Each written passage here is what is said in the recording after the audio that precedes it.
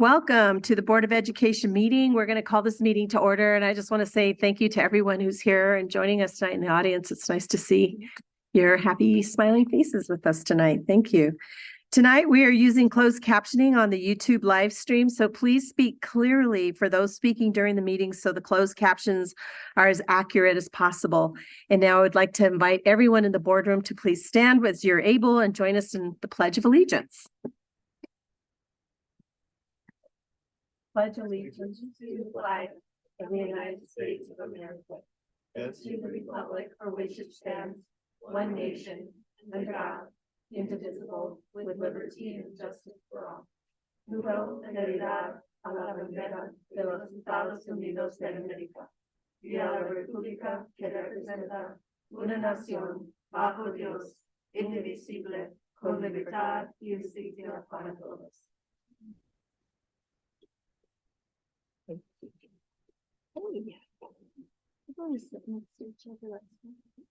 Thank you. We're going to now move on to an acknowledgement of tribal land, and we gratefully acknowledge the Native peoples on whose homelands we gather, as well as the diverse and vibrant Native communities who make their home here today. Now I'd like to ask for just a moment of silence for our staff and members and community members and students who served our country and have served it well. Thank you.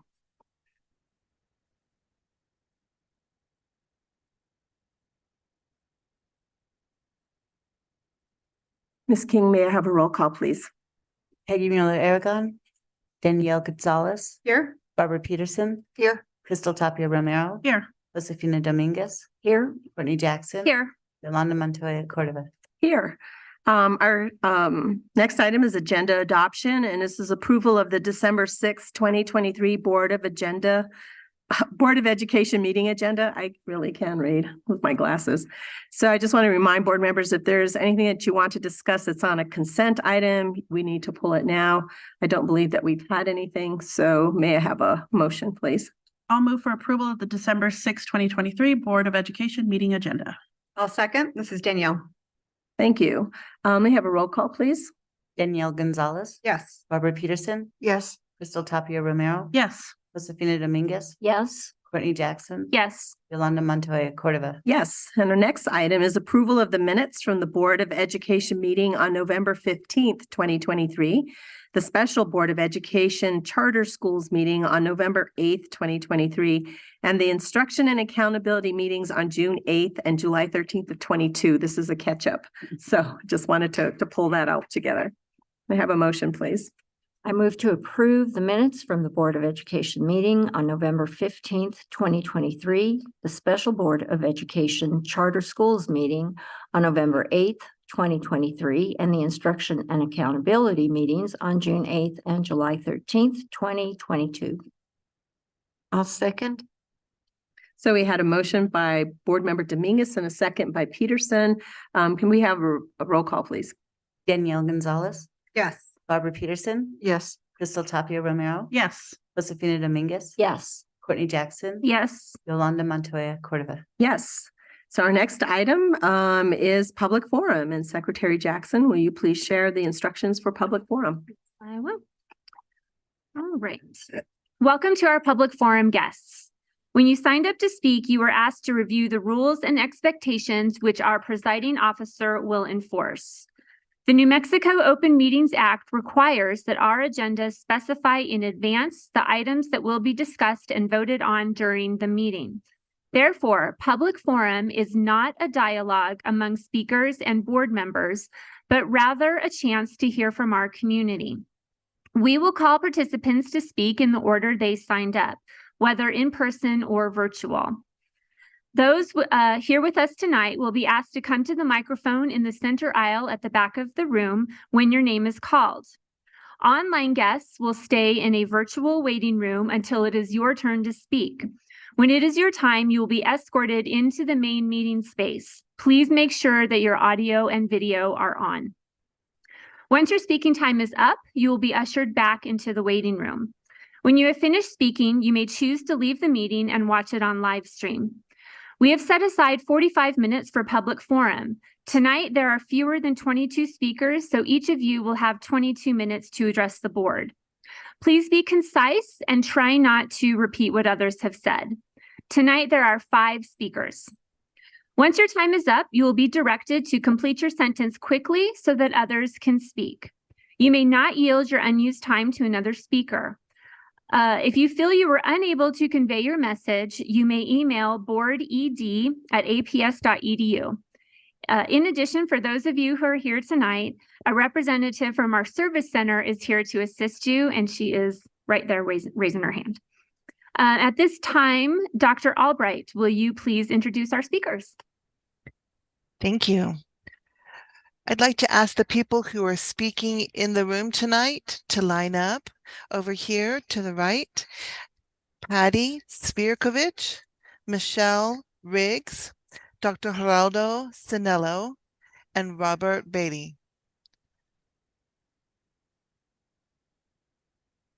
Ms. Spirkovich, you're first. You'll have 2 minutes as soon as you start speaking.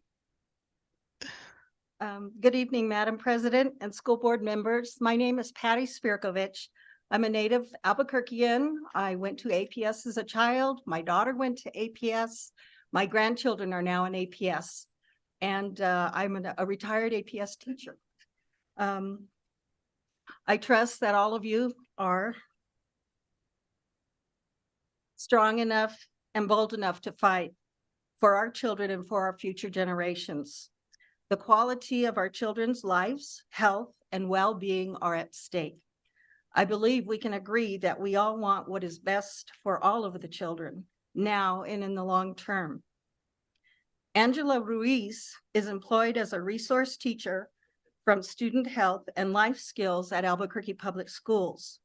She gave a mandatory training to staff from the CDC guidelines, the transgender ideology in New Mexico schools, and I watched a recording of this training. I am going to quote parts of what Angela Ruiz said in this training.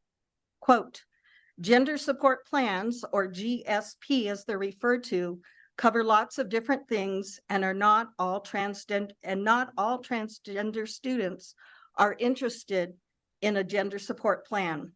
Students can use the sex segregated facility that corresponds with their gender identity they assert at school. So how they identify at school determine which restroom they can choose to use.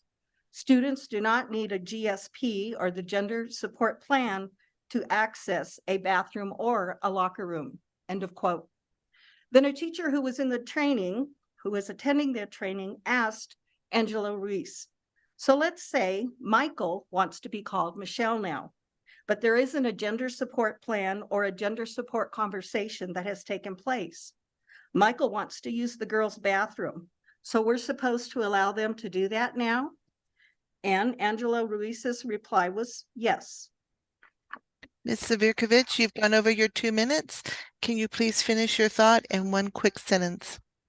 Yes, I just ask that you would consider all children in the future, grandchildren, parents, that would respect the rights. How can a child who's not gender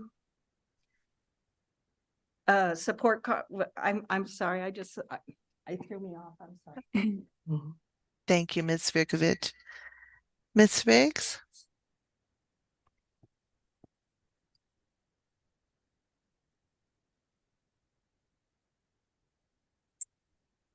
Good afternoon. My name is Michelle Riggs. I'm the mother of 3 adult children. I also have 8 grandchildren. I can't even imagine as a young parent not being informed about what is being taught to my own children and about what might be done to them. They're so impressionable and so vulnerable. Their brains won't be fully developed until their mid to late 20s. These transgender procedures are permanent. Our children are our greatest gifts, and as parents, we are responsible for making the best decisions for their future. My 9-year-old granddaughter came home from school recently, very distraught. She was required by a teacher to write a report about pronouns, he, she, they, etc. But what upset her the most was a classroom presentation by a transgender mother and daughter, quote unquote. I'm not quite sure what this looked like. Was it a man in a dress with a little boy in a dress, or was it a woman with a shaved head and her little girl with a shaved head? My 14-year-old grandson who has schizophrenia was in a children's hospital for a year. He is 6 years old developmentally. While visiting one day, my daughter-in-law was with a psychiatrist as a child was being discharged. He said, "Isn't it beautiful? So-and-so came in as a boy and is leaving as a girl." Shortly after my grandson was discharged, he sashayed around the living room with his lips pooched out, telling me that he was a runway model. Most certainly, he was heavily influenced by other kids in the hospital, so capable of making permanent life-altering decisions. A matter of life and death. Both of my 15-year-old granddaughter and her mother have the same genetic blood disorder. If my granddaughter was confused about her gender and sought a mastectomy or another extreme surgery without her mother's and father's consent, it could literally kill her. Parents have a right to know. Thank you very much. Thank you, Ms. Riggs. Dr. Cianello?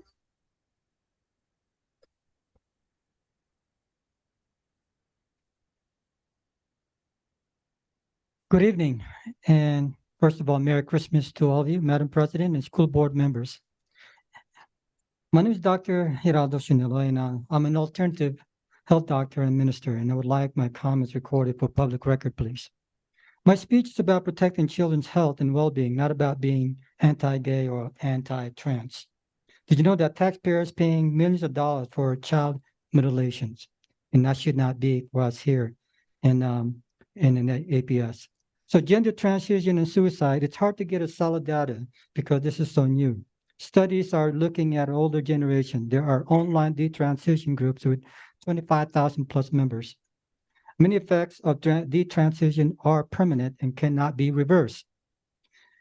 Misdirected puberty and development, voice changes, mastectomy, genital surgery, sterility, suicide. A big lie that parents are being deceived that gender transition will reduce the risk of their child committing suicide. Seriously? According to CDC, 85% of diseases are caused by emotions.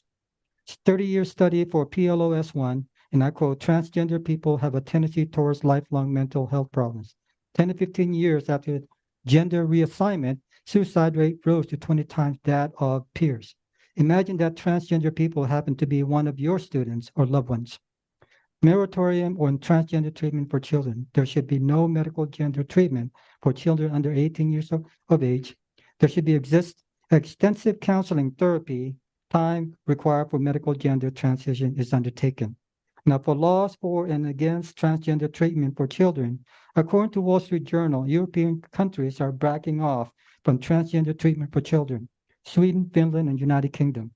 With that said, how would you, as the school board members, help save our students from this transgender issue? Are you willing to protect our children's health and well-being? Thank you. Thank you, Dr. Cianello. Our next speaker is Verlin Coker. He's on Zoom. Verlin, are you there? Yes, can you hear me all right? Yes, you have 2 minutes once you begin speaking. All right, apologies, I'm outside still on the way home from work. My name is Verlin Coker. I'm here to, let you know of a giveaway event on the 11th, hosted by Moms for Liberty. They're going to Lavaland Elementary to give gifts. These things are incredibly blatantly a bribe to try to garner public sentiment and is borderline illegal depending on the contents and pricing. There should be a non-gift clause that should eliminate this, especially from such a political organization. If you wish for schools to remain non-political and remain neutral, this event cannot happen. It is a very obvious ploy to garner public sentiment in a school that has historically been underserved, as well as a school that does not have a PTA to support it. As well, this is going to be a conversation apparently for till the end of time, but to believe anyone who's spoken before me about gender and ideology, despite the fact that they have no idea what they're talking about, everything they've quoted has been scientifically disproven. And the very idea that emotions can cause disease is such a silly notion. It makes me kind of grumpy. I hope I don't get a cold from it. Thank you. Thank you, Mr. Coker. Our final speaker is Mr. Beatty. Good evening, Madam Chair, members of the board. My name is Robert Beatty, Director of Robert F. Kennedy Charter School and Chair of Southwest Educational Partners for Training, SWEPT, a nonprofit. Being a board member seems like it might be a thankless job at some times. And I want to express this evening my sincere appreciation to board members Mueller-Aragon, Peterson, and Montoya-Cordova for their public service to the students of APS. We have a crisis in my community. Gun violence is killing young people. It's not just a school issue, it's a community issue. Sometimes it's a family issue. And it's not getting better, it's getting worse. SWEPT, working with the New Mexicans to prevent gun violence, has created the Guns to Gardens project, where we're taking guns off the street and turning them into pieces of art and music, taking the violence out of them.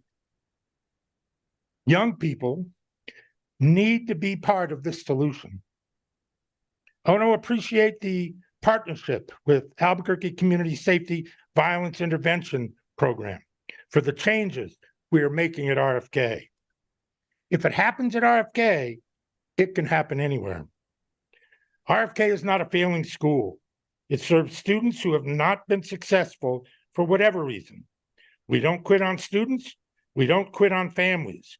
We've always worked well with APS, and we can do a better job.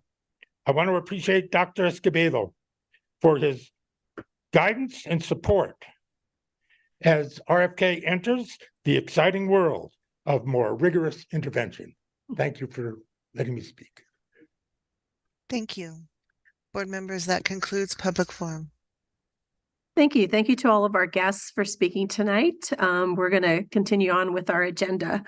So our next item, really excited. This is a presentation from APS in the city of Albuquerque, and we're lucky enough to have our esteemed mayor joining us. Thank you, Mayor Keller, for being here with us. So Superintendent Elder and Mayor Keller are going to present to the board on a collaborative partnership initiative that's going on. Madam President, members of the board, thank you for this opportunity, and thank you, Mayor Keller, for taking the time to come and visit with us. The presentation really is Mayor Keller's. I'm simply here to kind of grease the wheels and explain what's happening here. But I will tell you this, and I'm really glad we're doing this. In 2016, I was a chief operations officer, and we were trying to do some after-school programming with the city, and it was difficult.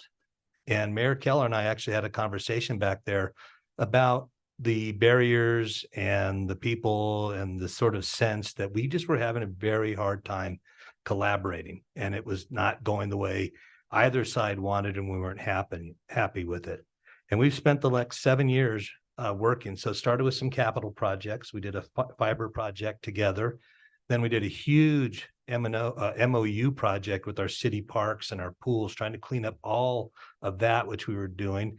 In the interim, the mayor had appointed an educational liaison who then began to meet weekly with Yvonne Garcia and Dr. Blakey and people like that to really begin to discuss some of the programming that could happen. And of course, then the pandemic hit and we were all forced together to work. And as we came out, one of the first things I was asked is, what do you hope stays? And I said, I hope it's a sense of collaboration.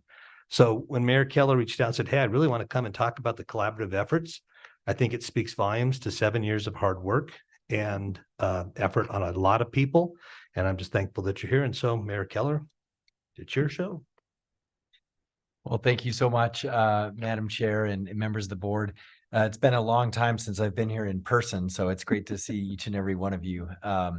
And I want to thank the superintendent for a little opportunity to connect up on our collaborative efforts. I also want to acknowledge, I think the bar was so low 7 years ago. We definitely collaborate more than ever before. So that's a good news. And it's been something where we've tried to do this in a way where, you know, without going into too much history, you know, there's always a little bit of finger pointing about challenges in our community. We all understand that. We have tried never to do that. Right. So we resist the temptation to say, well, APS, blah, blah, blah. And, in return, it's like, well, the city should, et cetera. And I think we've done such a good job of that. And so we're going to articulate some of those reasons why. And then I have I think a good ask, meaning it's not controversial. And I think there's a wonderful way that we can work together up in this session. So with that, let me dive in and mention that the first thing is the different programs that Superintendent mentioned, we actually rolled up into one in January or July. So we now have a APS, we say public school, but it's an APS support division. It's an actual division in city government in our youth and families department. So what started as a liaison has now grown into its own division. And I'm going to introduce the folks here, but just at a high level, and that's you can change the slide there. Our first slide is just to let you know what this division does. So what we continue to do well is all our community school efforts. And just as a reminder, I think about half of APS children are in after school programs or summer programs that are run by the city. So we tend to help out essentially before school, after school, and during the summer. That's our contribution to everyone, but it's aligned with public schools and calendars and so forth. So that's one thing that we do. And of course, we got APS on that board too, I think, which has helped a lot. Now, we also have some initiatives around attendance and safety, and also around mentorship and restorative justice. And just want to highlight with respect to attendance, a lot of this we've been working heavily at West Mesa High School. So I'm going to talk a lot about our Mustang friends and what we're doing there, because basically we want to expand it to every high school. So with respect to what we're doing with school attendance, we look at the local businesses and incentivize and promote daily school attendance through those and through the school.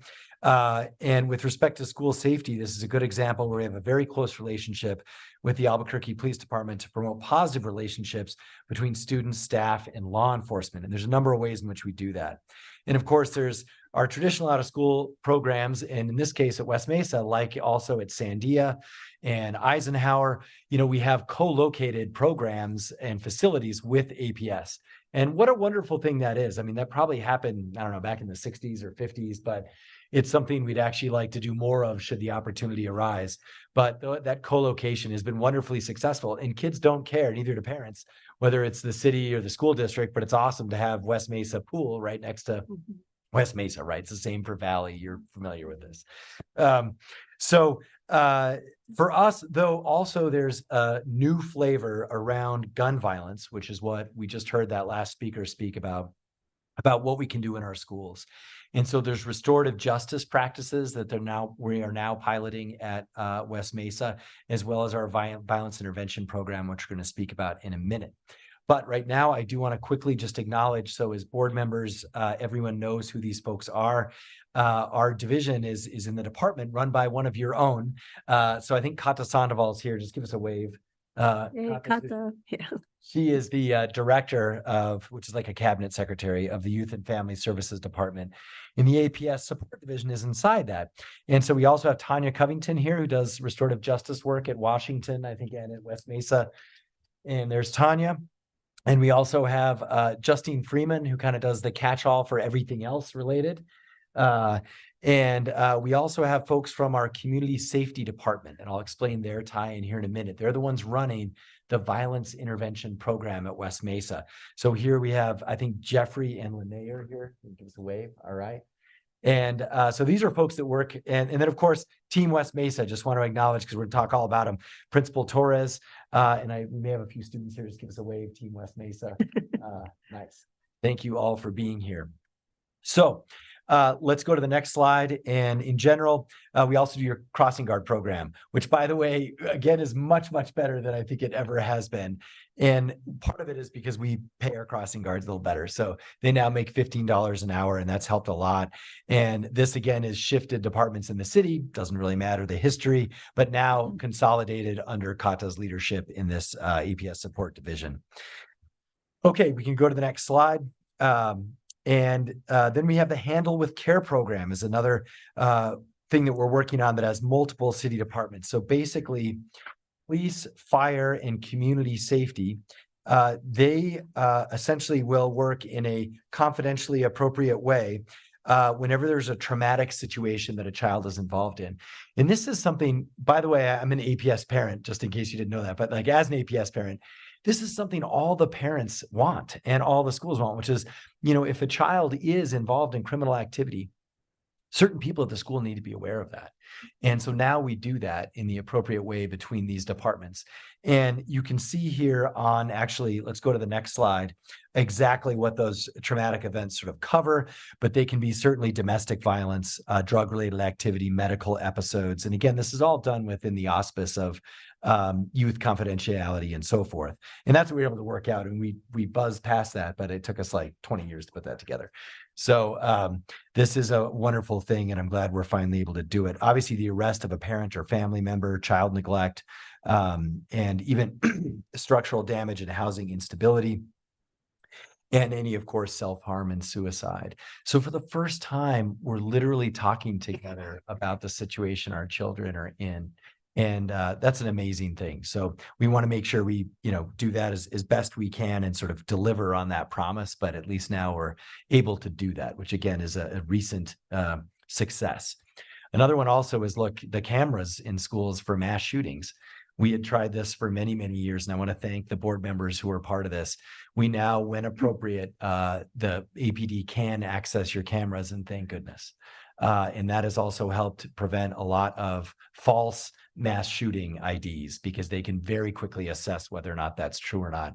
So again, I'm just kind of catching folks up. We'll get to the point of the day, but look, I know Scott's heading out at some point soon, but it's also credit to him. These are all things that APS and the city of Albuquerque have talked about for decades. So let's talk a little bit about the future, and we can go to the next slide. Is a refresher, because not everyone knows this. In Albuquerque city government, we have police and fire. We're all aware of first response and what a fire person does and a police person. But in Albuquerque, we're fortunate to have a third first responder department. That is the Albuquerque Community Safety Department.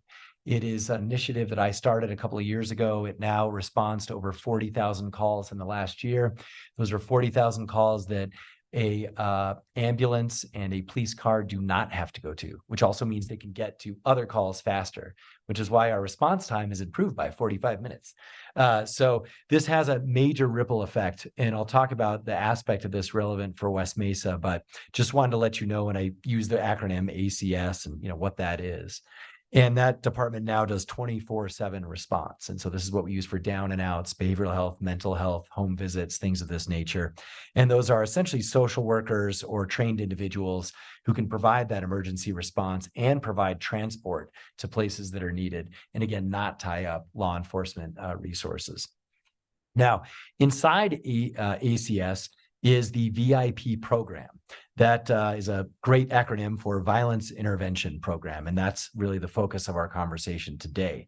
So let's go ahead and go to the next slide. The Violence Intervention Program is, again, with respect to your agenda and time, there's a lot behind this. When I say a lot, the concept of violence intervention, which is essentially a deep embedding into an individual's life to provide them essentially a little bit of carrots and sticks. The sticks are, you're on a dangerous path. You're on a criminal path that could lead to your loss of life or incarceration. That's the heavy part of this. The lighter part of it is we're there to help, keep you off that path, pull you off that path. And this is a program that is, last time I checked, it's in 32 cities around the country. The John Jay School of Criminal Justice is really the quarterback of this.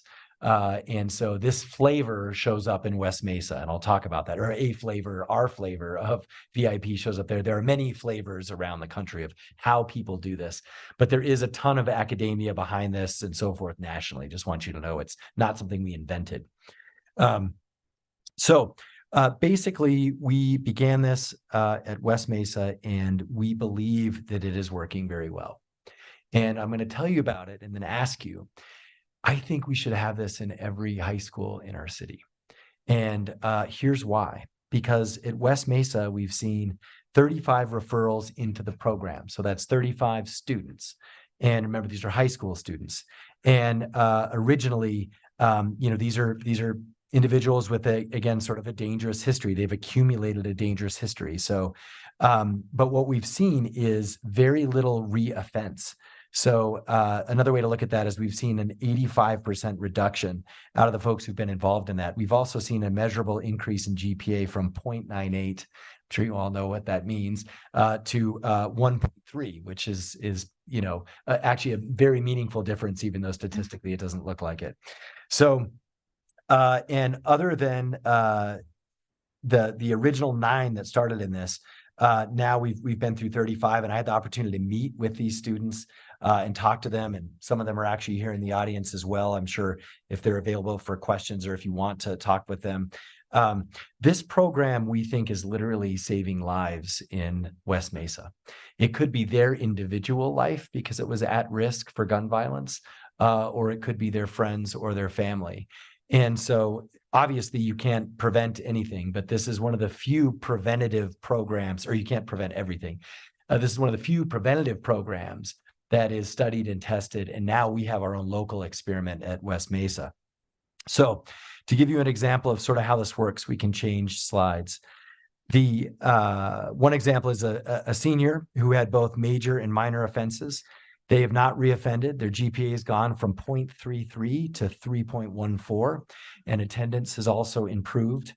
Working with ACS and the VIP program, their family was connected to resources. So what you do, and I'm going to try and explain this in very common terms, these students are pulled out during the day and brought together with each other. And our facilitators and our trainers work with them. And by the way, they have their own lived experience. Many of them were the same children with challenges that we're trying to help. So they come to a common understanding of their own lived experience and eventually get to a point where the children share what's happening in their life. That's the first breakthrough. And they will tell you that, there's domestic violence at home, there's drug abuse at home, or they're running early on with a gang. Now, this is done in a confidential environment. It's done in a way that is in no way ever punitive. The trainer then tries to engage and say, look, here's how we can help pull you out. Maybe there are some CYFD issues, or maybe it's just, look, there's no one who has an income in the house. So let's get you some subsidized housing for your parents. Let's get you diapers for your little brother. Those kinds of things relieve the overall stress that drive this path down a violent road. And so in this particular example that I was sharing, we essentially gave thousands of dollars in rental assistance because that is what was driving homelessness, which was then driving gang activity, which we were able to relieve by just providing a stable place to live. And so another example, a junior that transferred in from Arizona, we see this a lot. A lot of children with challenges end up moving cities quite often, especially throughout the Southwest. There might be a cousin or an uncle involved in that exchange of cities. They're trying to get the child to a safer place. And so this is another story where this child came in with a 0.5 GPA. And now they have a 2.0, but they were getting assistance really with class assignments during that time. So it's also used as study hall. If the issue is you really need somebody to help you learn how to read, but you're embarrassed to do that, but you need someone else who doesn't know how to read until they maybe learned it through incarceration when they were 30, that's the person who's teaching you how to read. And in many cases, that's the only person who can teach you how to read at that point. So last example, freshman gang affiliation. Now, again, this is tough stuff. This is acknowledging where we're at in our high schools. Absolutely, there are freshmen who are gang affiliated in our high schools. So part of this program is acknowledging where our students are at and meeting them there. So this freshman shows up at West Mesa, but then we show up also with the violence intervention program. And so they had lost their mom and their dad, and their aunt was diagnosed with cancer. We were able to provide a host of services that enabled them to essentially leave the support network that was being provided by the gang and create a stable network at home. Their GPA has gone from 1.14 to 1.7. And now we're helping their family sort of get through a lot of those issues around cancer. So these are the kinds of things that we're doing. And I think seeing this, it leads to an obvious conclusion, which is that why is this only happening at West Mesa? Well, we know why we started at West Mesa, given the challenges and the shootings that happened there.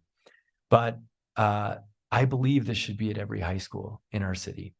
And I think when parents kind of hear about this too, it's a little bit of a, oh, well, you know, that school might have a VIP program, right? That's on the one hand. On the other hand, it's like, why doesn't my school have a VIP program? So I think we can do this. I think we can scale this in a year to 18 months. So the next slide articulates what we need. Funding, big surprise. But we have a wonderful opportunity in this coming legislative session. We all know we have budget surpluses, and I know you have a large ask for funding, and look, so do we, and we all deserve a slice of that state surplus. But this particular program, I want to make a priority, and in fact, I'm going to anyway at the city, but I want to do it with you.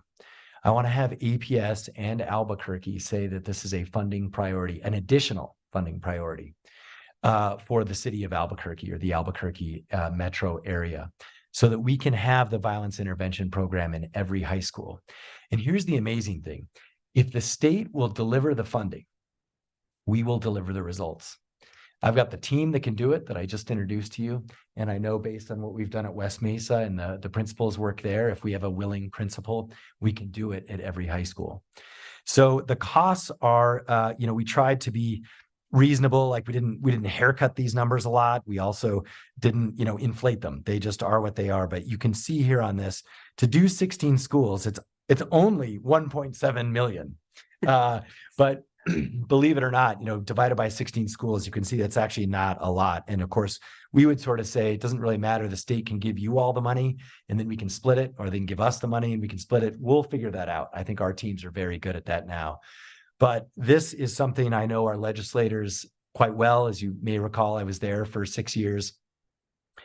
They are so thirsty, and so is our governor, for a program that is local, that works, that might prevent gun violence.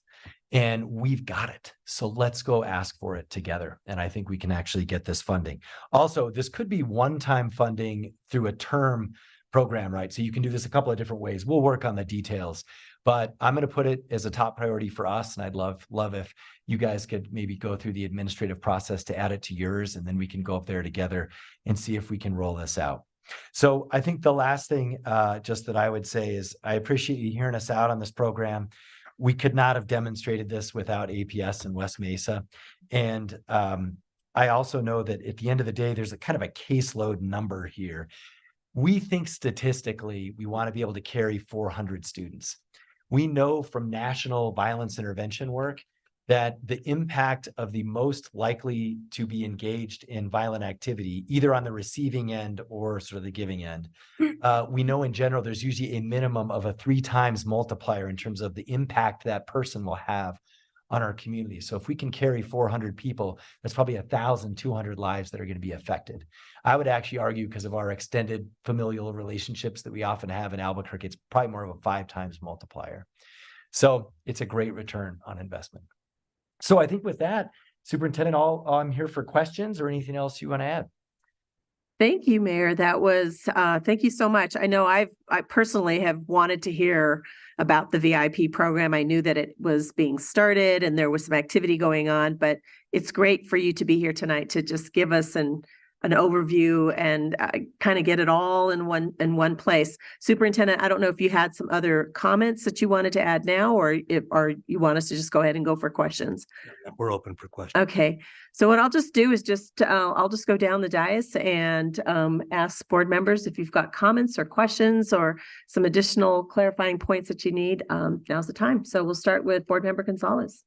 Great, thank you. And thank you, Mayor Kettler, for the presentation, but more importantly to the staff for all of your work that you're doing, and to the students for being here as well. I really appreciate you, the work, but also advocating for these efforts. I have 2 questions. You want me to do one or you want me to do both? Go ahead. Let's start with one. Let's see how hard it is. So my question is about opioid settlement money. And that funding comes to the city and to the county commission, and there's lots of opportunities, I think, to collaborate with our schools and our school system and think through how we might be able to utilize those funds for preventative measures. And I'm just curious, what do you both see as the opportunities there for some collaboration, some creativity, some innovation? Perhaps it's related to gun violence, but more importantly, just community safety overall. So I'm just curious for initial thinking about collaboration related to the opioid settlement funds. So it's a great question. And this is always funny because it's a little bit like, I always have to give a caveat, which is expected. So, there are things I can control and there are things I need city council and county commission to work on. These are both appropriations that have to go through those bodies. So counselors and commissioners would actually give you much better info, but I'll tell you kind of where we're at. The first thing is that there's been a joint agreement to form a working group to answer your question. So I would touch base with the county commissioners and the city councilors who are part of that. I will let you. Yes, part of that or no, or not yet? Well, they're not yet, only because, again, I don't represent these bodies, but the city council passed an ordinance and so did the county commission. So whether or not APS is part of that would be also a question for them, but I don't think you are. But you should be, I'll say that much. And so the challenge with the funding, though, it is very narrowly tailored. I do want to let you know that I already tried to use this for all sorts of things, and all of them were either not allowed because it's so narrowly tailored or because I have to get an appropriation to do it. So it's a great question. And I think the good news is the answer has not been decided. So I would engage in that work with city council and the county commission as soon as you all see fit. Go ahead. Your second question.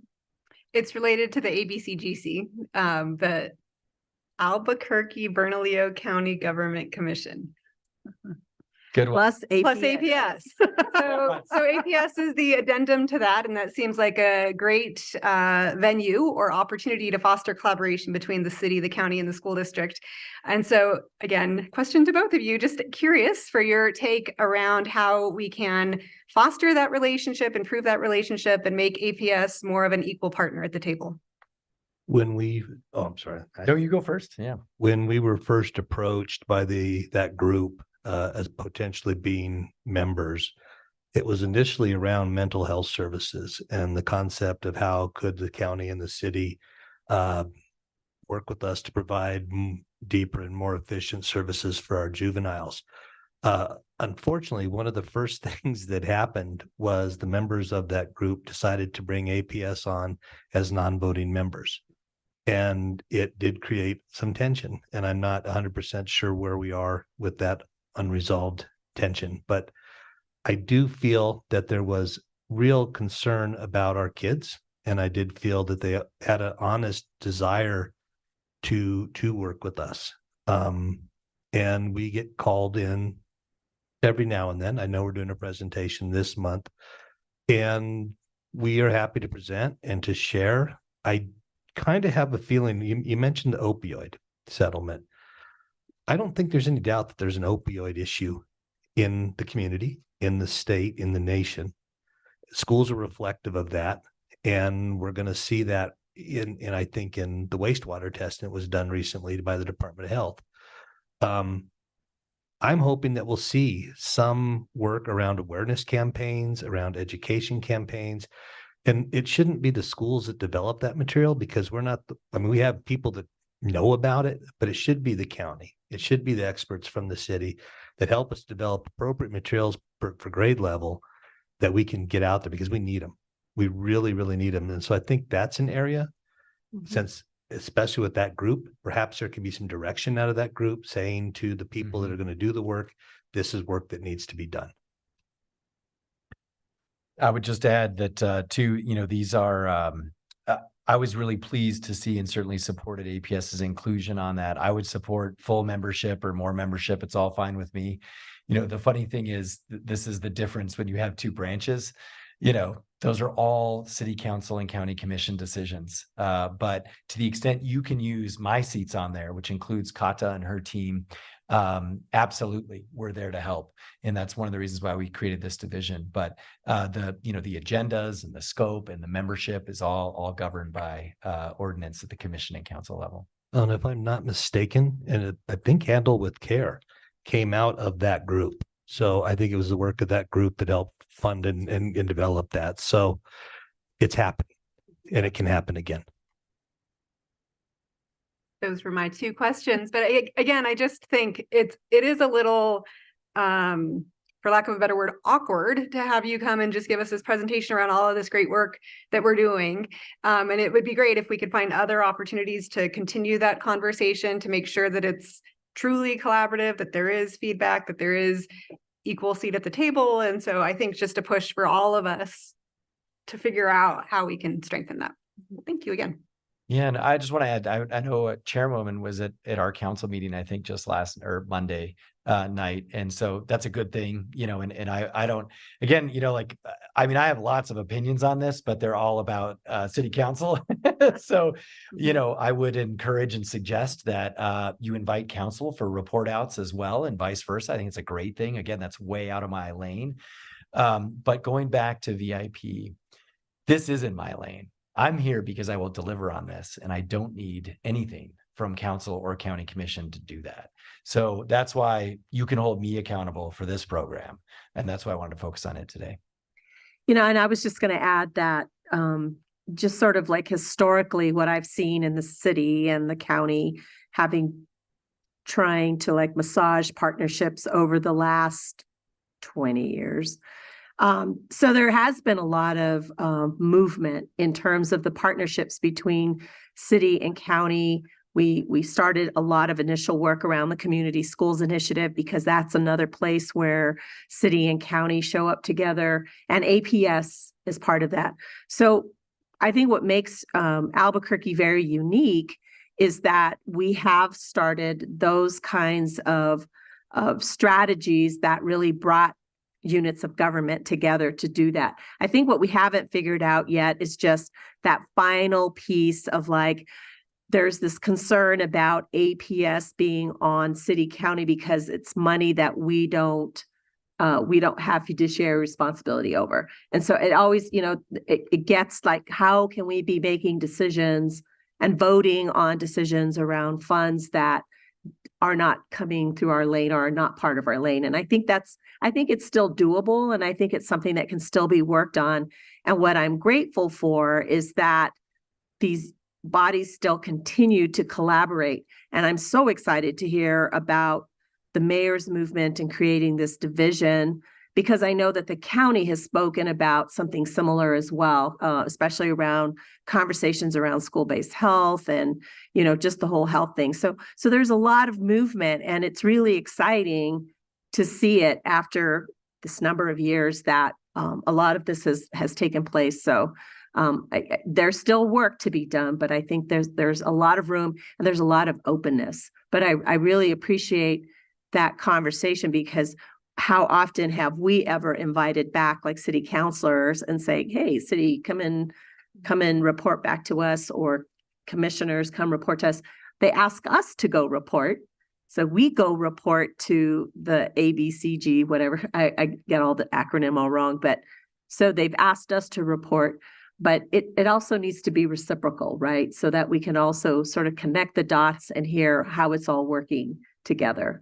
But great questions. And I think there's definitely, it's always interesting to be like one of the older persons in the room who has seen it sort of going in that direction. And it's nice to applaud that piece where you see where the collaboration is really has resulted in something like this that's really good. So I'll move on to Board Member Tapia Romero. Thank you. And thank you for the presentation, for being here tonight. And first, obviously, I want to recognize West Mesa and the efforts that they made, and Ms. Torres and her team, the staff, have done a phenomenal job to try to move forward with all the challenges that they've had. West Mesa is in my district. This is my school. I graduated from there, so I'm a proud Mustang. And I want to ensure, because I felt like West Mesa had this negative undertone under it, that it was their problem, and knowing overall it's a community-wide problem.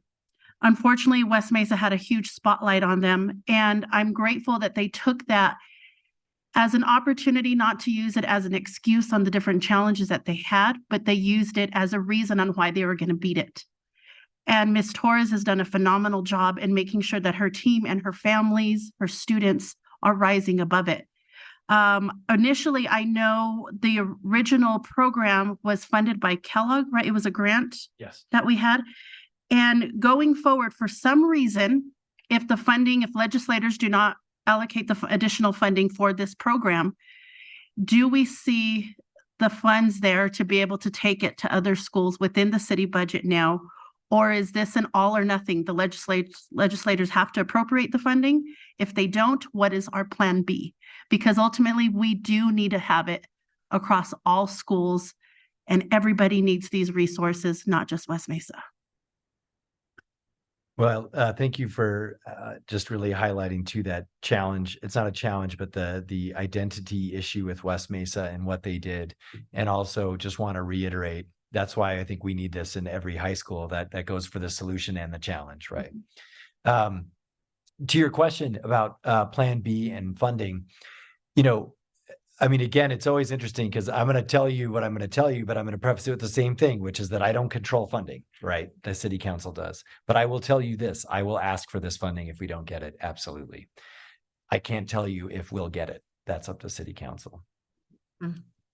Okay, and I guess I even look at Superintendent Elder on this as well, because if this is a joint effort across both of our organizations, do we have any room in our budget as well to be able to support part of it, partial, or is it completely reliant now on all legislators?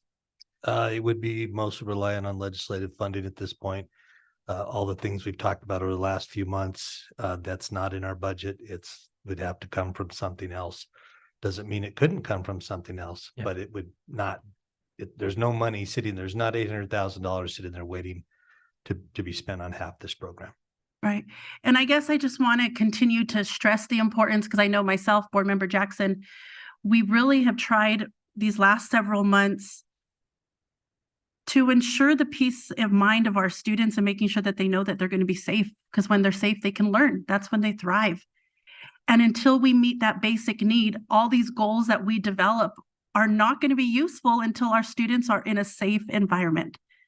And I really hope whoever hears this, legislators, families, city council, our APS team, that we prioritize the needs of our students first.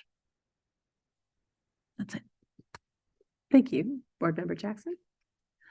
Thank you. So I had 3.5 questions, but now I think I only have 2.5. Thank you, Board Member Tapia Romero, but I do have a clarifying question. So you just said that this was your program, that this was that we could come to you for accountability. But then you said the funding comes from City Council. So what do you mean by that? That if we can come to you for accountability, it's only if the money comes from the legislature, and then after that, we would have to go to City Council to find the funding? That's why I'm asking for state funding, so there are old tricks that governors and mayors play. And my favorite kind of money is money that doesn't have to go through council, because then I'm accountable for it and I can do, I'm on the hook for it. So yes, both are true. If it comes from the state, I know we can deliver on it. If it doesn't come from the state, I may not have the funding to deliver on it. But most importantly, our team, and if you want to ask them questions too, we believe in this, and the team is set up to scale. So the trainers and the folks who manage this, I have full faith in them, and they have full faith in this concept of expansion.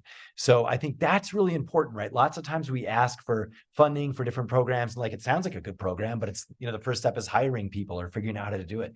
We've got it. And those are all obviously, in the end, work for the mayor's administration. So that's why I know we can deliver on it if we get the funding. Okay.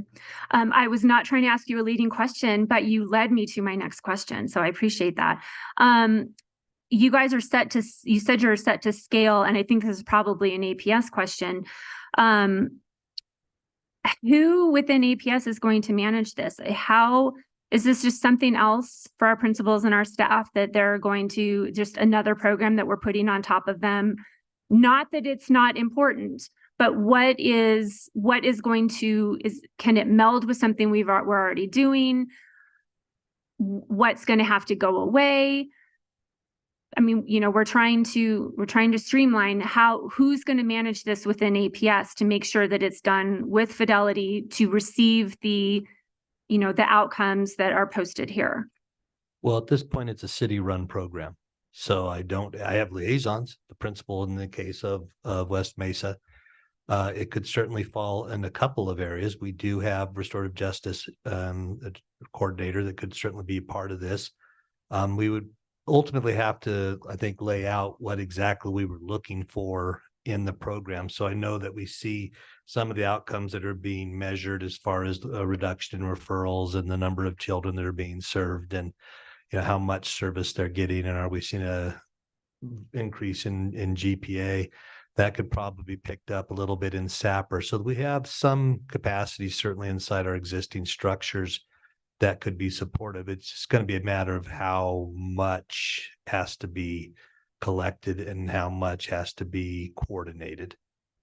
Yeah, and I think that's my point. Is it sounds, from what we see here, it sounds like a fabulous program, and I agree. Why wouldn't we want to put this in all of our high schools?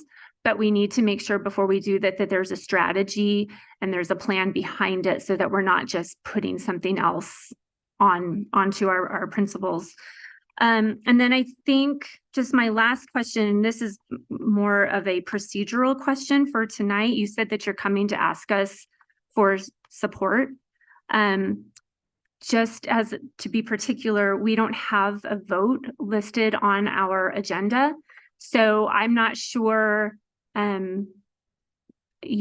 you asking us for consensus from the dais, or do we need to go back to the our legislative agenda to add this as a legislative agenda item? So what I would recommend, I think what we're hearing is the city's going to go after this no matter what. So the request is going to go no matter what. And what I hear is that the mayor is asking for our legislative team basically to include this. So when we're up at the Hill, or not the Hill, but in the Roundhouse, that we're actually supporting the bills that go forward or the request that goes forward. And I see our policy analyst giving me the thumbs up that that's what the request is. So it's not that it doesn't shift our legislative priorities or our agenda. It's just that an agreement that we would support the bills when they come through. Madam President, that's accurate. We don't have to adjust our legislative agenda, but we could certainly partner with the city to advocate for this. Thank you. It's kind of one of those things, up there, it's like the first question whenever I present anything that has to do with schools is, what does APS think? Right. So in the room, you need APS saying, and I appreciate that. Good idea. And yeah, that's pretty much it. But I know governing bodies, are sensitive to what their respective entities support and do not support. So I think I would just add, look, I don't think we're going to get this funding unless APS stands in support. Who's going to give funding to a program that APS doesn't support? So I also, if it doesn't work out, we'll go ask for something else. We still want to do it, but I think this is one of these, like, it works together, or we can just do our thing and it's okay. And we'll still keep working at West Mesa and RFK and anyone else we can put it into. Yeah, no, I think it's a beneficial program for APS to support. I just want to make sure that there is a procedure, there's a strategy, that, we are being very deliberate with how it is being implemented. So I think that's my 3.5 questions. Board Member Dominguez. I'm really excited about this program. And I love that you say yes, because too often we get feedback that we say no. and we've got to get rid of that image. And so I appreciate this. I love hearing the success story of at West Mesa. And I was about to say Manzano, because over the summer of 2023, Manzano High School staff convened a meeting with city people, with County Commissioner Eric Olivas, board members, and Scott Gerginski, policy analyst at that point for the governor's office, was there. And the mission was essentially, how do we address the problematic behavior, the crisis that our kids are facing and the behaviors that are spilling into the classroom. And they were frustrated, the staff was, with what was happening internally. We just they couldn't seem to get a handle on things, and they didn't want to be in the limelight. They were trying to be proactive. Somebody from the city, and I don't remember her name, was at that meeting and said, we can do it here. And so I just want to put that out there and say, please come. Manzano is waiting to hear from somebody.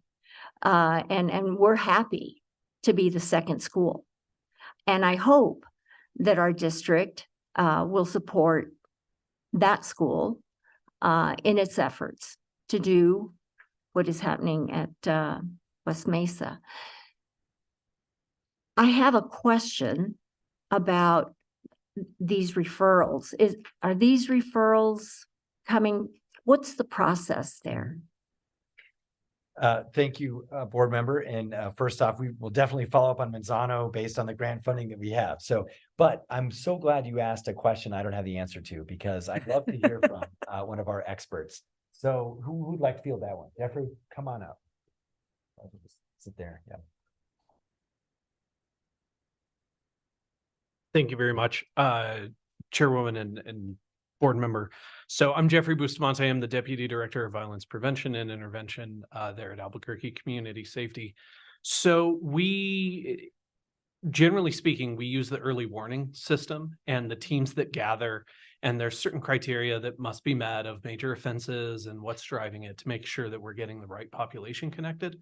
But that early warning team will come together along with, I have my intervention specialist here, Mike Pata, and our coordinator, Lene Lovato, who will be part of those meetings to assess the referrals, assess the appropriateness, and if it is appropriate, then they'll get connected to our program. That's great to hear that we're using the early warning system that is in place already. And so, for example, if a student has a breakdown in a classroom and assault and battery becomes the issue, then that's the kind of student you all are willing to help then. Yeah, Chairwoman, board member, yes. In brief, yes. There's always the process that, of course, APS has to work through to assess the students' appropriateness within that school and everything else. But of course, that as the school seeks to support the students long-term and offer a path forward, we are part of that. So yes, in brief. I would love to hear from students. And we're going to do that. But Okay. let's wait. Let's wait till we get to all our questions. I had another question, but I'm willing to, in the interest of time, and getting to students. Board member Peterson. I think you're hearing pretty full-throated support for the VIP program. And so and I think good questions have already been asked. So I'm gonna step back and ask sort of a different set of questions, because I think that looking, for instance, at the VIP and that level of intervention, that is going to work best only if we've really invested in the restorative practices that come way before the more severe intervention. And one of the things that I really appreciate about the work with the city, I mean, the ABC partnership has been up and running for a long time, and city, school, county, I think we've sort of found a path through for that kind of collaboration. And then the pandemic, definitely, I mean, I still thank the city every opportunity I get for the way we work together that families, I mean, I think really literally, we have some families that survived only because of the joint effort that we made to pull together resources. So looking at that and looking at the out of school time programs that are really vital, that hopefully we can expand. I'm curious what you see, and I know this is greatly council funded stuff, but I'm wondering what your perception is about how fragile those funding streams are and how much attention we need to pay as community to make sure that those continue. Well, thank you for that question. And also, I know, is this your last meeting? No. I have one more. One more. Okay, that's One great. more. I was gonna, but let me say what I was gonna say anyway, which is just that it's been an honor to work with you, and I will never forget our phone calls during COVID. So that's right. We tried. There's a book about that, by the way, if you want to read it. So City at the Crossroads. This funding for after school, I think, is very interesting. So let me say one thing and tee up Kata Sandoval to maybe chime in whatever she'd like to add. I would make a general and a specific point. In general, city finances are pretty good. We kind of are running on a flat budget, but that means like nothing gets cut. So I don't see any major change on the horizon for that. However, we have been funding the same programs for like 20 years, and they are in desperate need of refresh, especially the level of curriculum. I mean, typically, right, we've got college kids and high schoolers watching elementary kids and doing activities. And my kids are part of this. I know exactly what this is, and I'm grateful for it. But, you know, it does make you kind of wonder, like, could we sprinkle in some financial literacy or maybe, you know, some other things that might be helpful? Well, the answer to that's always simple. Well, who's going to actually provide that? And that usually costs money. So one of the challenges we've had to improve, not increase the number, but to improve the quality of the programming is absolutely related to funding.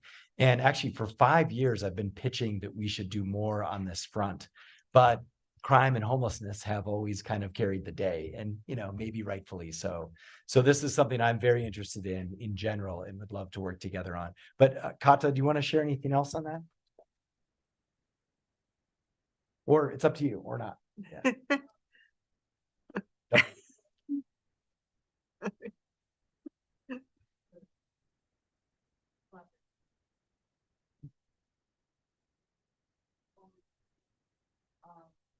If you're going to speak, you need to come to a Yeah, mic. if I'm you're gonna sorry, speak, you because have to come to the it mic. is definitely not fair to our folks. Yeah. You know, and It's not fair to our folks who are listening in. So Good evening. I just want to echo what Mayor said, that we at the city very much look forward to joint collaboration in all of the above, and serving our children and families in the ways that we always have and in new ways, and developing programs, especially out of school time programs for our youth, middle school, teenagers in particular. We look forward to that, and using our community centers as a hub to receive them, welcome them, and work with our neighborhood schools.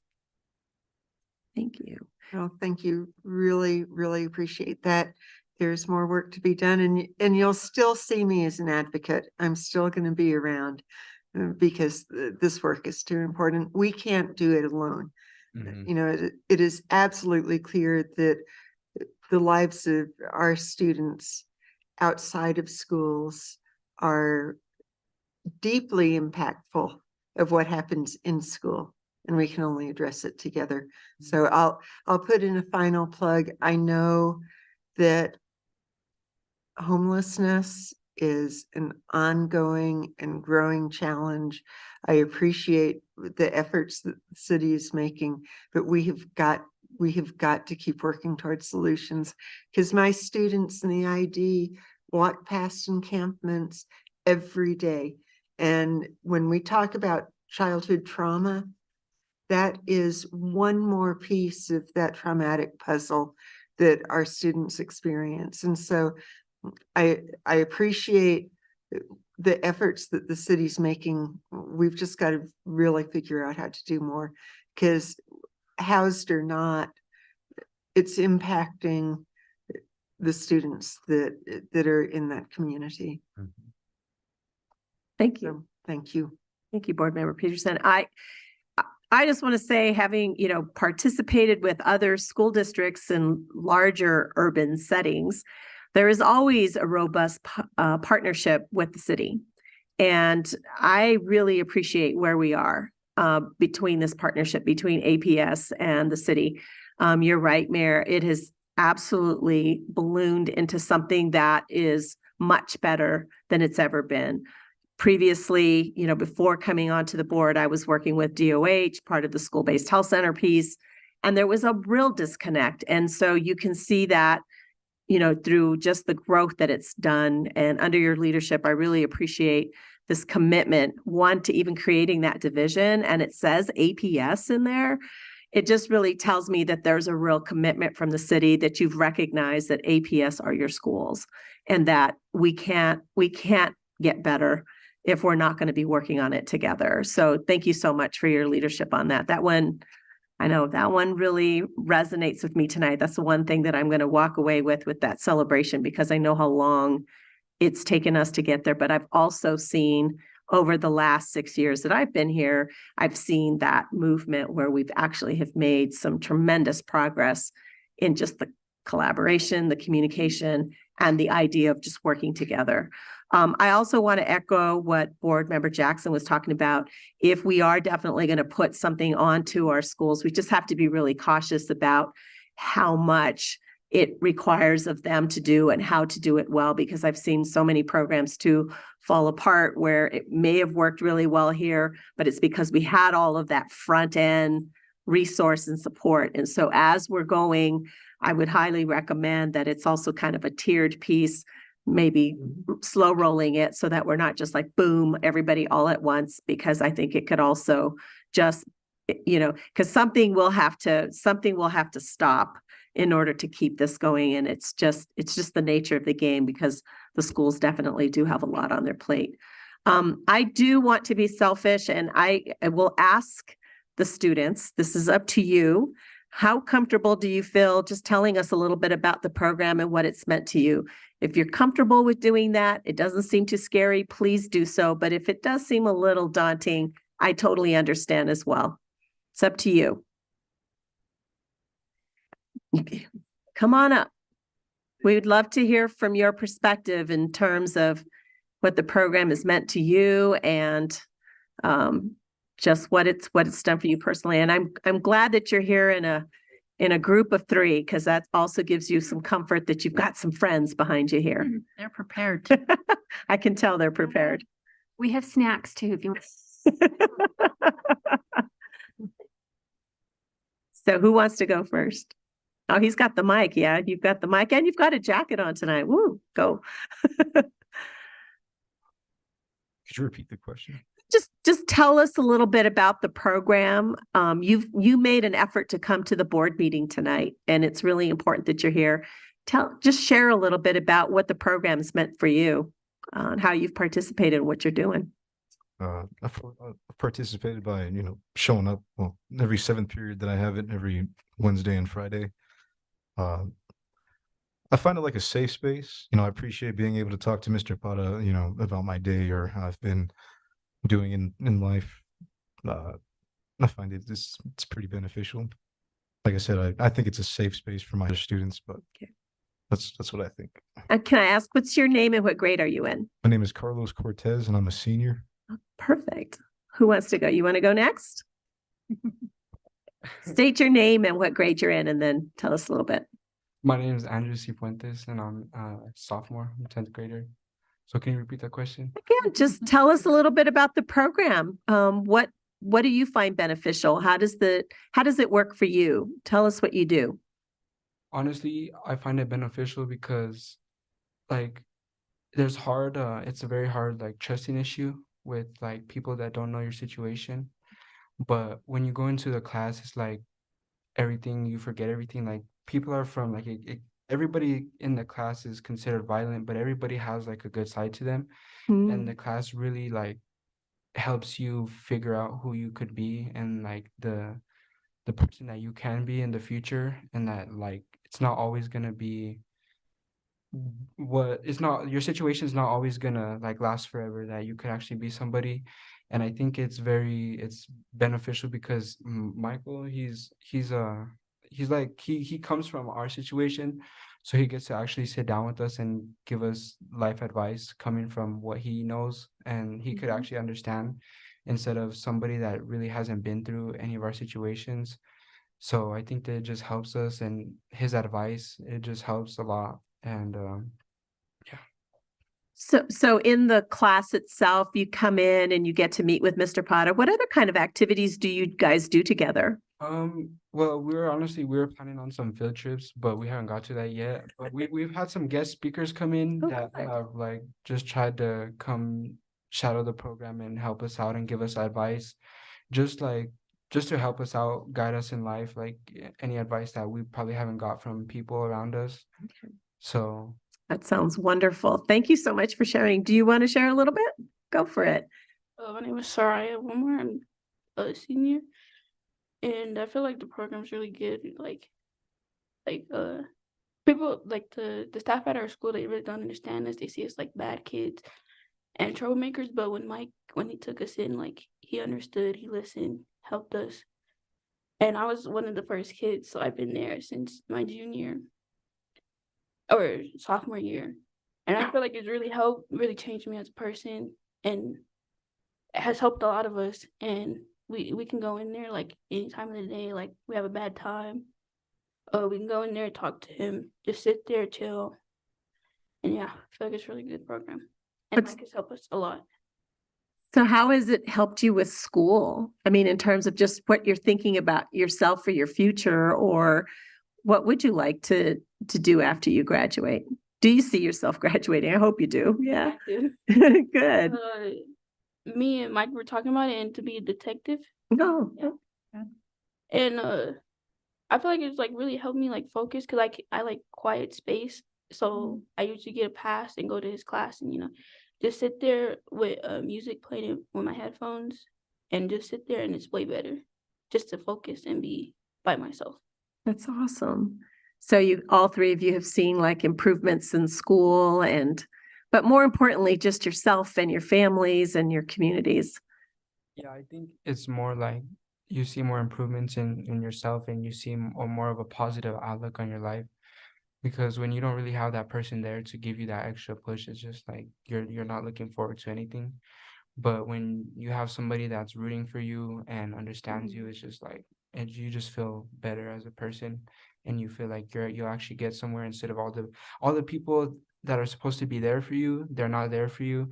But like Mike, he's there for us, and he'll fight for us. So not just that we'll have a positive outlook on ourselves, that we'll actually make it, instead of everybody that's doubting us, that he's the only one that doesn't really doubt us and see us as the bad kids we were, because he was once in our position, and now look where he's at now. And it just gives us a hope, I think, whatever we could do in life, as long as we don't make a decision that will permanently mess it up. And that's what I think is helpful for us all to know, because we're all like a family. Like everybody started off all awkward, and like we started out awkward too. Everybody's from doing their own thing and has their own like life situation, but everybody just comes together, and everybody starts to understand each other and get to know each other. And I just think and that's what it should be about, right? I mean, that opportunity to be in a space where you can make friends, you could have your issues, but yet still be accepted, and people pushing you and not doubting you. I just want to say how courageous you were to come up and talk to us tonight. I know it makes people nervous, but you guys didn't look nervous at all. You did an amazing job, and congratulations for sticking it out, and continuing with your education, and continuing and believing in yourselves, and doing the things that you want to do to get yourselves ahead. I'm proud of you, and I'm so proud to be able to call you our APS students too. So that part makes me really happy. Thank you so much.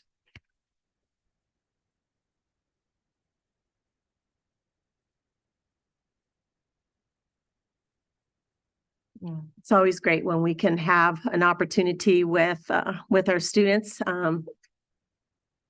It's about, anything that we can do to change. Student outcomes don't change until adult behaviors change. And this is about that opportunity for us to change our behaviors and the things that we do and the decisions that we make so that we can make sure that we're supporting our students so that they can get to the goals that they have in mind for themselves. Mayor, I just want to thank you again for being here tonight and joining us. What a wonderful opportunity to hear about this program. And I have to continue with an agenda, but again, I just want to say thanks to everybody that was here to listen to this tonight. All right. So our next item for this, I know I'm all emotional. I get emotional when I see students, so let me catch my breath for a minute here. Look at the light. Leaders. Thank you, students. Have a great day tomorrow, okay? Thank you, Mr. Para. Thank you, Mr. Para. Yes. So our next item for discussion and action is approval of the consent agenda.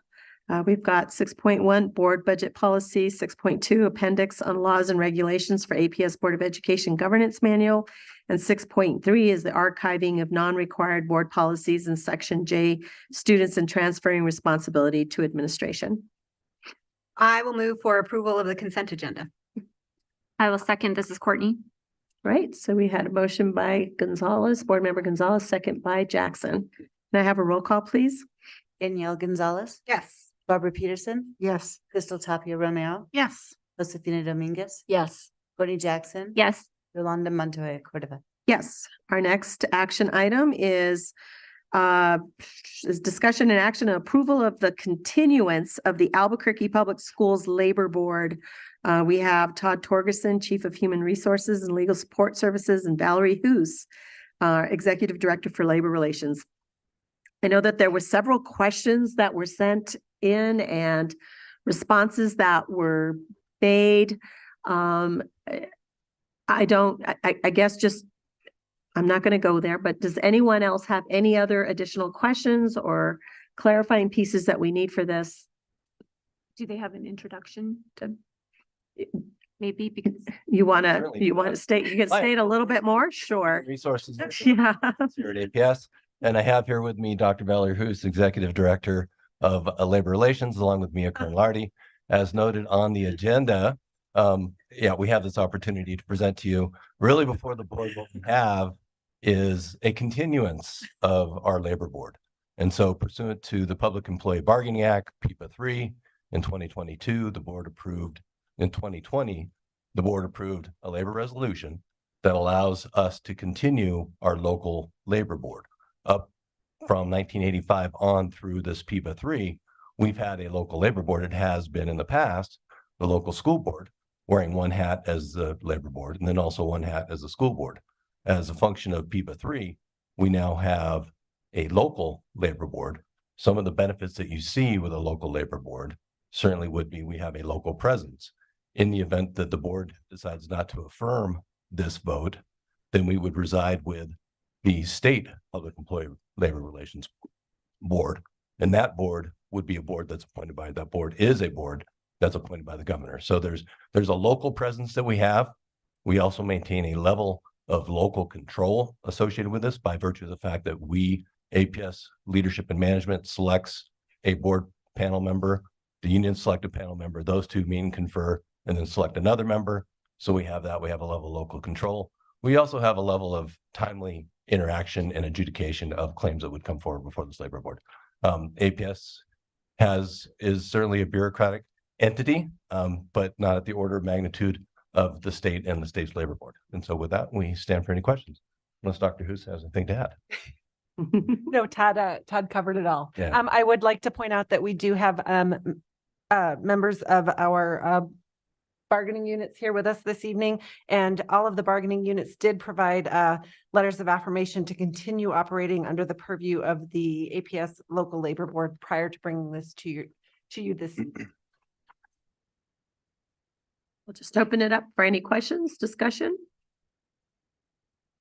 Okay, well, the reason I asked is if you had an introduction was because I think you got the email that I sent Yes. yesterday, which was like, could you give us an introduction as to, so it wasn't that I was trying to be like, you didn't do what you're supposed to do. It was, And I got. I'm pretty sure you know what my question is. Which was the pros and the cons. The pros and the cons. Yes. So- Could you please give a rundown of the pros and the cons of having this resolution and why it is so important, why it is important for us to be participants in the Labor Relations Board?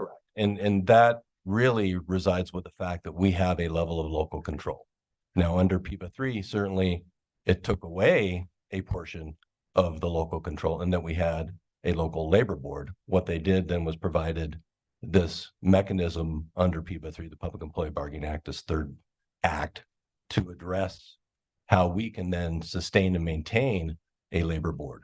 And I think it is beneficial for the reasons that I indicated. We have local control. We get to select a panel member. We have timeliness, and then also we have a local factor too, in that they know us, they know APS, they know the unions.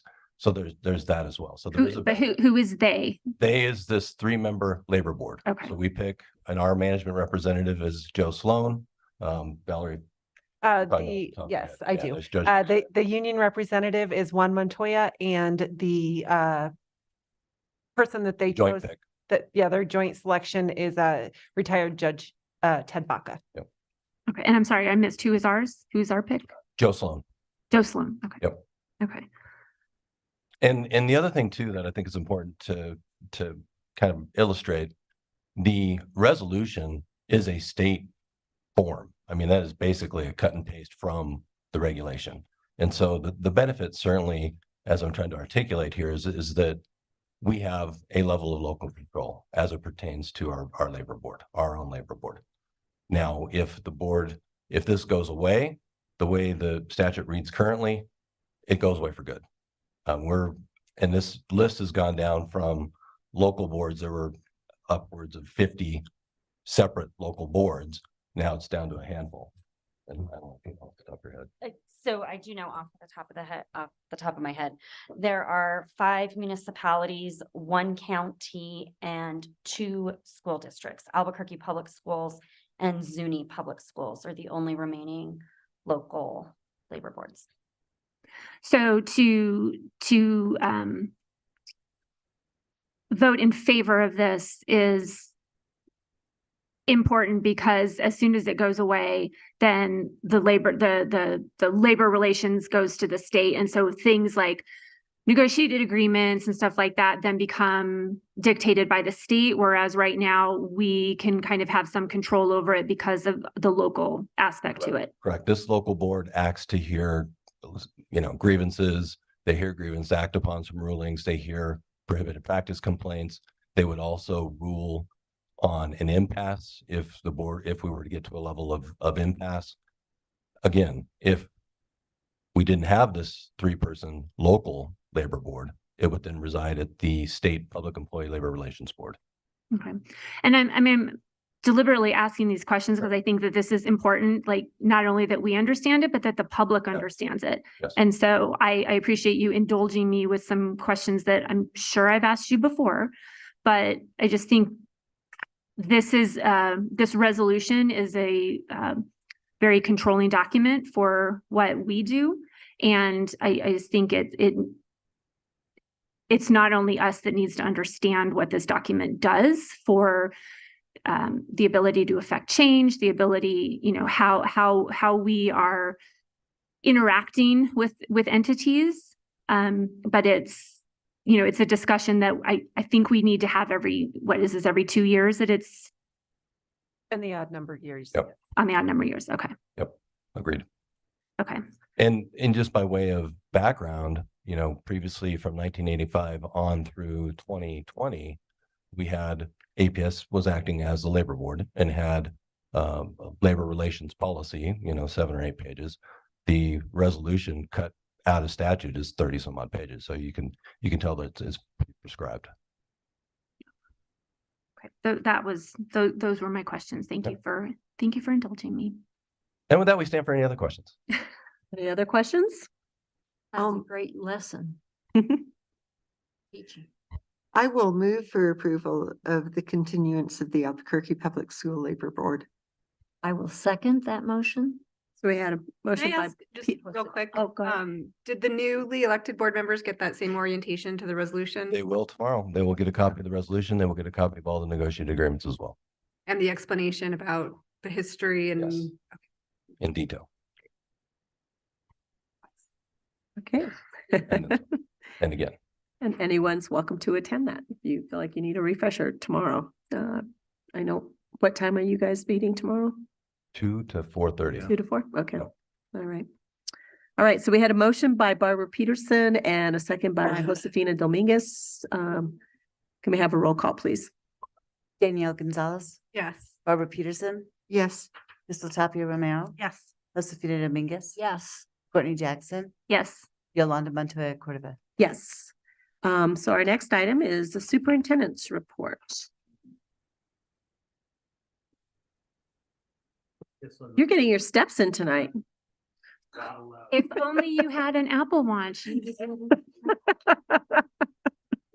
they're keeping it around, pretending I was doing steps. Did this because Dr. Blakey's going to join me. Oh, okay. She seems to have forgotten, but Dr. Blakey is going to be, she's going to be joining you. Here she comes. That was a moment out of class.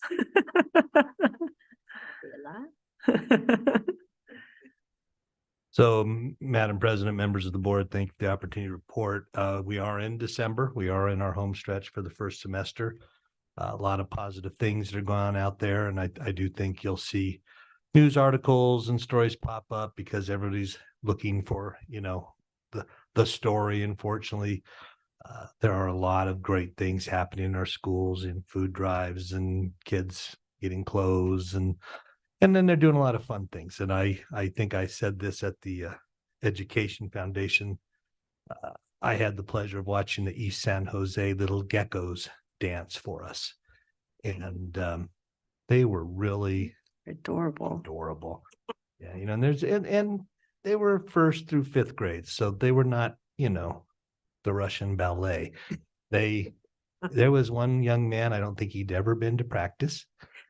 He turned the wrong way every single time, but he was having the best time and he was the best stomper in the group. He knew how to jam those boots into the ground. And, as I get closer and closer to the end of my career, I just realize how appreciative I am of these young people and what they share with us. And, hopefully, especially at this time of the year, I hope we take a moment and just be appreciative of all those good things that we have and that we're blessed to be part of. So, but you guys didn't want to talk about fun stuff. You want to talk about the right size committee. So that's what we're going to chat about. And it's relatively brief, but just a reminder, the right size committee continues to meet regularly to review the data and recommendations that were established for the 2022-23 school year. Committee consists of Chief Operations Officer, the Chief of Schools, the Chief Academic Officer, our Associate Superintendent of Goal 3, the Office of Innovation, the Capital Master Plan, and the Executive Director of Budget and the Senior Director of Budget. So analysis initially identified 5 elementary schools and 3 middle schools to be candidates for right sizing. This work is a continuation of the work from 2015 to close and consolidate Acoma Elementary School. It's now leased to Papa Charter School. Last year, La Luz Elementary School was closed and is currently being leased to the Albuquerque Sign Language Academy and going very well. They're apparently pretty happy there. Last year, Corrales Elementary School became a K-8 school by adding 6th grade this school year. And this change has resulted in there being 369 students enrolled at the school, up from 328 last year. So we see that as a win. The school intends to add 7th grade next year and 8th grade the year following. Janet Kahn has become a non-boundary magnet school for the 22-23 school year. They have not seen a decrease in enrollment in this change. Their enrollment is steady. So we are going to continue to work on recruitment and students, and we'll be expanding to 8th grade in the 24-25 school year. We have continued to talk with the Coronado community regarding their ideas for expansion into a K-8 school. And the Office of Innovation is about to send out a survey to all families regarding their thoughts on repurposing schools in the Albuquerque area. Back in 2016, we conducted a survey called Voice of the Community, and it was revolving around this same concept, and it was supposed to connect us to the interests and values of our community and find out what sort of programs they would like to see committed to. So again, I remind you that we spend a lot of time talking about increasing CTE as an example. And I remind the state that with the current CTE programs are probably not the CTE that we should be focusing on, but looking forward and how do we introduce cybersecurity into the high schools, and who's going to help us do that? We have an interesting beginning of a project with CNM revolving around diesel engines and potentially using some of our existing space to help them do their program and in turn benefit our students. So there's a lot of good work, and this community survey really drives a lot of the beginnings of the conversation because try to base it on what they see as being a necessary component in the Albuquerque area. We also have the Early Childhood Task Force, and they have now completed 4 meetings, and this has included private providers, the city of Albuquerque, the county, YDI, and several other stakeholders. Their work has been collaborative in developing a prototype and a design as we move to Duranis Early Childhood Center. This collaborative work has also resulted in the planning of an early childhood showcase of private and public providers that will be hosted by APS for the community in February. More information to come on this particular event. As far as the work you'll be looking at doing soon, we will be bringing boundary approvals to you soon, which will include Duranis, as well as the northwest and southwest boundaries that were discussed at a previous meeting. And Mr. Saavedra and his team will be meeting with the Duranis community, I believe, in the next week, and working to fine-tune the right size priorities for the district based on the feedback from the community. And with that, I am open for questions, which I will probably mostly defer to Dr. Blakey. Is there anything else that you want to add, Dr. Blakey, before we go to questions? No, I thought that was a very well written. Thank you. Written by Dr. Blakey. So No. but thank you, Superintendent Elder, for the information and the update. I'll just open it up. Questions, discussion, concerns? I have a question. Just because Board Member Mueller-Aragon is not here, and I feel like this might be a question that she would ask. Have you guys been able to engage with the APS Community Capital Advisory Commission on some of the decisions? So thank you for the question. We talked to them so we meet with them quarterly. So at the last meeting we did have a discussion about where we were with right sizing, and we had a really actually it was one of the better meetings that we had about what we could move forward with. A lot of CTE work as well. Our next meeting with them is in January.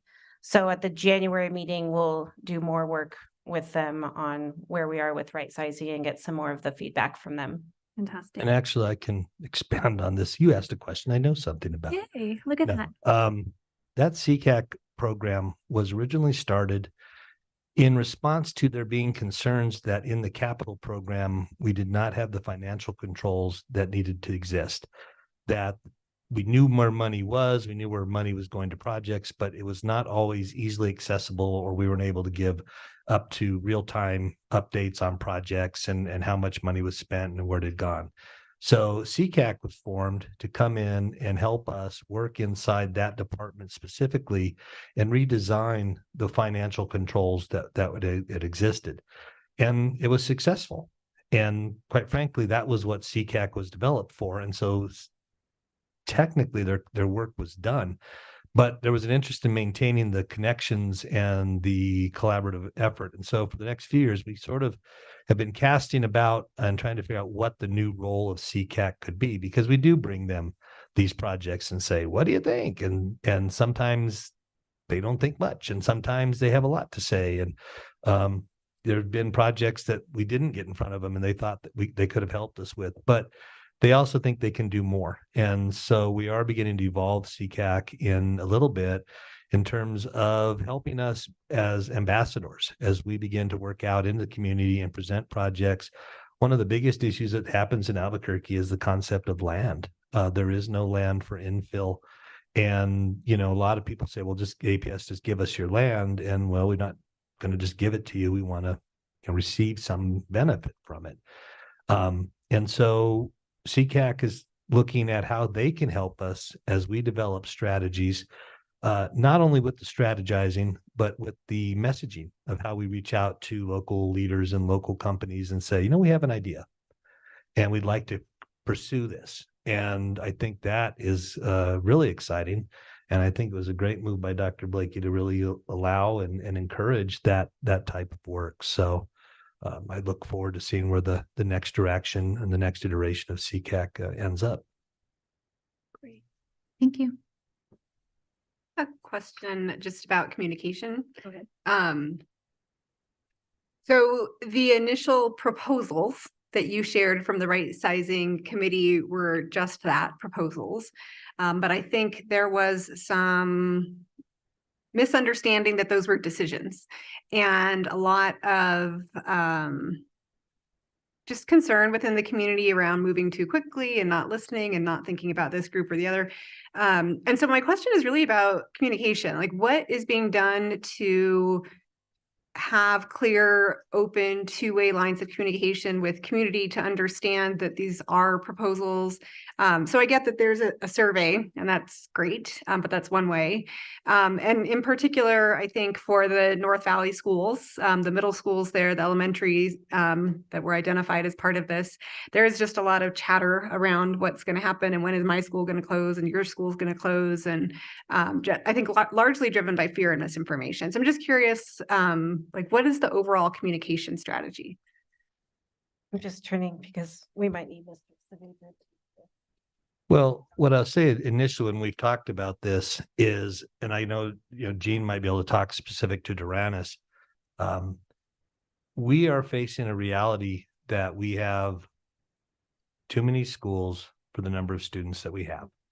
And I think what we've tried to communicate consistently in the public and in the media is that we don't really want to close schools, because I think shuttering a school in a community is really a bad thing. It sends a bad message about that neighborhood. It changes property values. It does not help. So the concept of repurposing, the concept of placing something that has value there is important. So when people talk about, oh, you're going to close my school, yes, but we're not just going to leave a husk of a school there. There's going to be something that replaces it.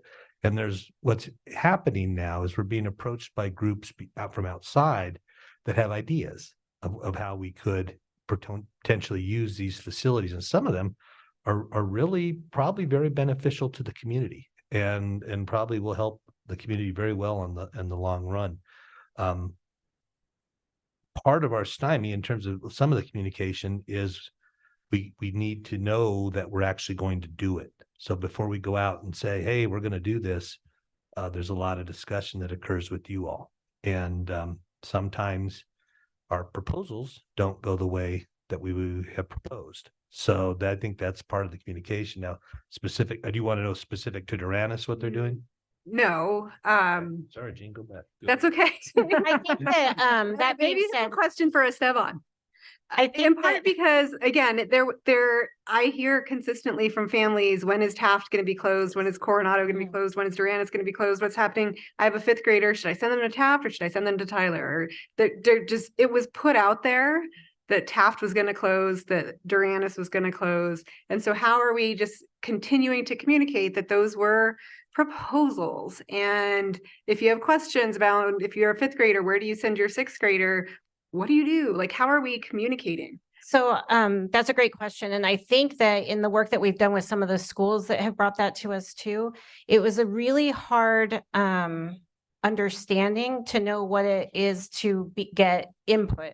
That proposals meant we were getting input. And I don't know if maybe it was a shift from how people might feel things are done to them. So when we said, no, we were just putting ideas out there, and brainstorming as a community is really difficult with communication is what we learned. But we're hoping that we build trust with people as we show that they were proposals. La Luz, for example, totally shifted as we got feedback as to what we were going to do with it, and ended up going to lease the charter school, which wasn't the original plan, but I think it helped show people this is just brainstorming ideas that we've heard from the community and then how we move forward. Coronado is another example where we've been working with the community and the staff to say public brainstorming is really hard to do. And I wouldn't say that we necessarily know how to do it right, because it's really difficult. And people are used to when some information is given, that means a decision is being made. So a lot of questions arise of, well, where are they now? The schools that were identified are still the schools that are identified, because that's the part that doesn't change. The data that shows why these schools are being discussed is still kind of the non-brainstorming part. But the brainstorming is that now what do we do with these sites? So that being said, I think a lot of the work comes from the school itself, because that's the place that the parents are getting the information, and working with the associates to make sure that the teachers have the right information too, because that's how the communication unfolds, that the parents trust the teachers more than they trust us or what they read, or the teachers are what they trust. So the more the information we could get in front of them to the teachers, the better. I think the way that we put out communication of the survey may help with some of that, because in how we message why we're doing this survey, then people might get the idea that, okay, we're not sure of what we're doing with the school, but the school is still identified as an underutilized school that needs to be right-sized.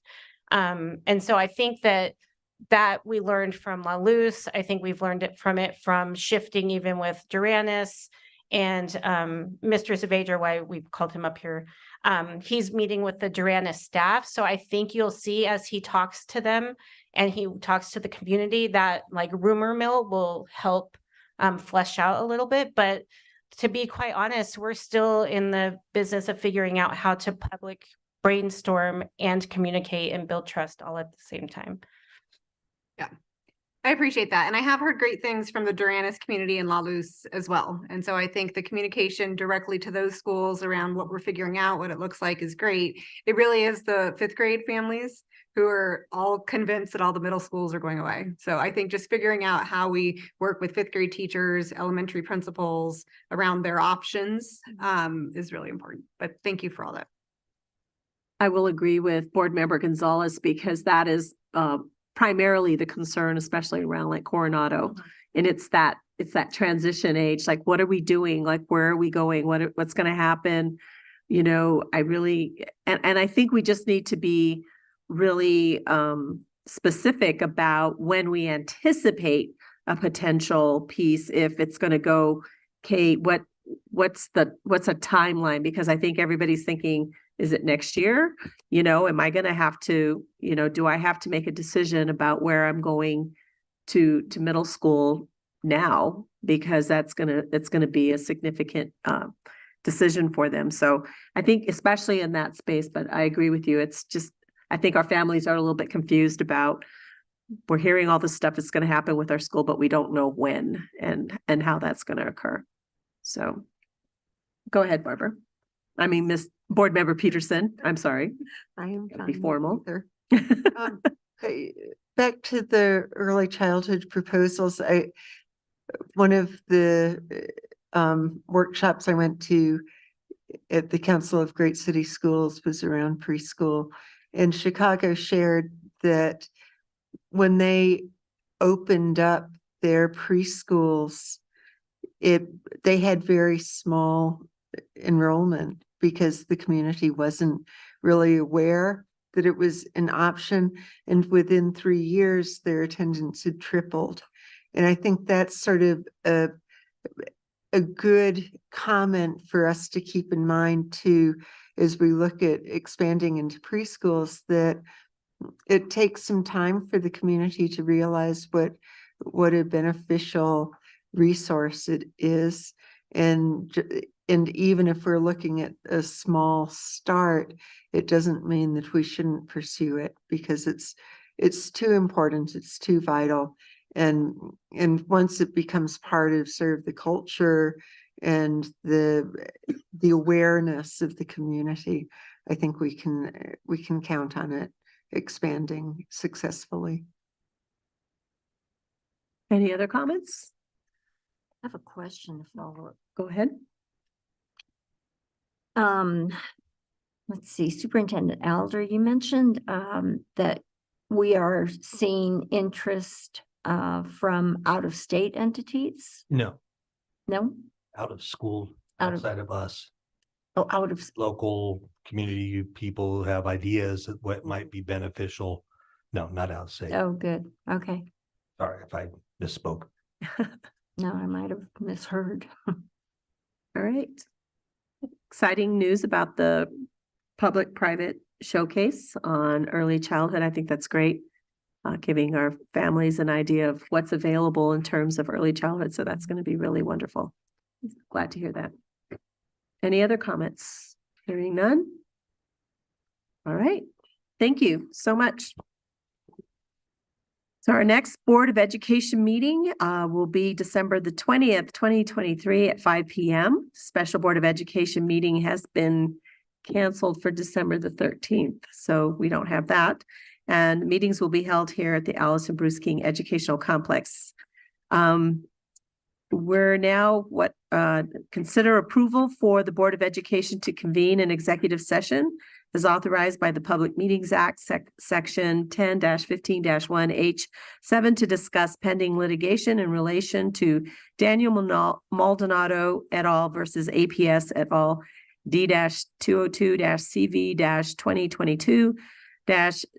D-202-CV-2022-02886. I'd like to move to convene into executive session per the provisions you just shared. Second, this is Courtney. All right, so we had a motion by Board Member Gonzalez, second by Jackson. Can I have a roll call, please? Danielle Gonzalez, Yes. Barbara Peterson, Yes. Crystal Tapia Romero, Yes. Josefina Dominguez, Yes. Courtney Jackson, Yes. Yolanda Montoya-Cordova. Yes, so we'll wait a few minutes until we clear the room. You want to go ahead? Okay. I don't even know. Oh, yeah, yeah. Thank you. Yes, might as well.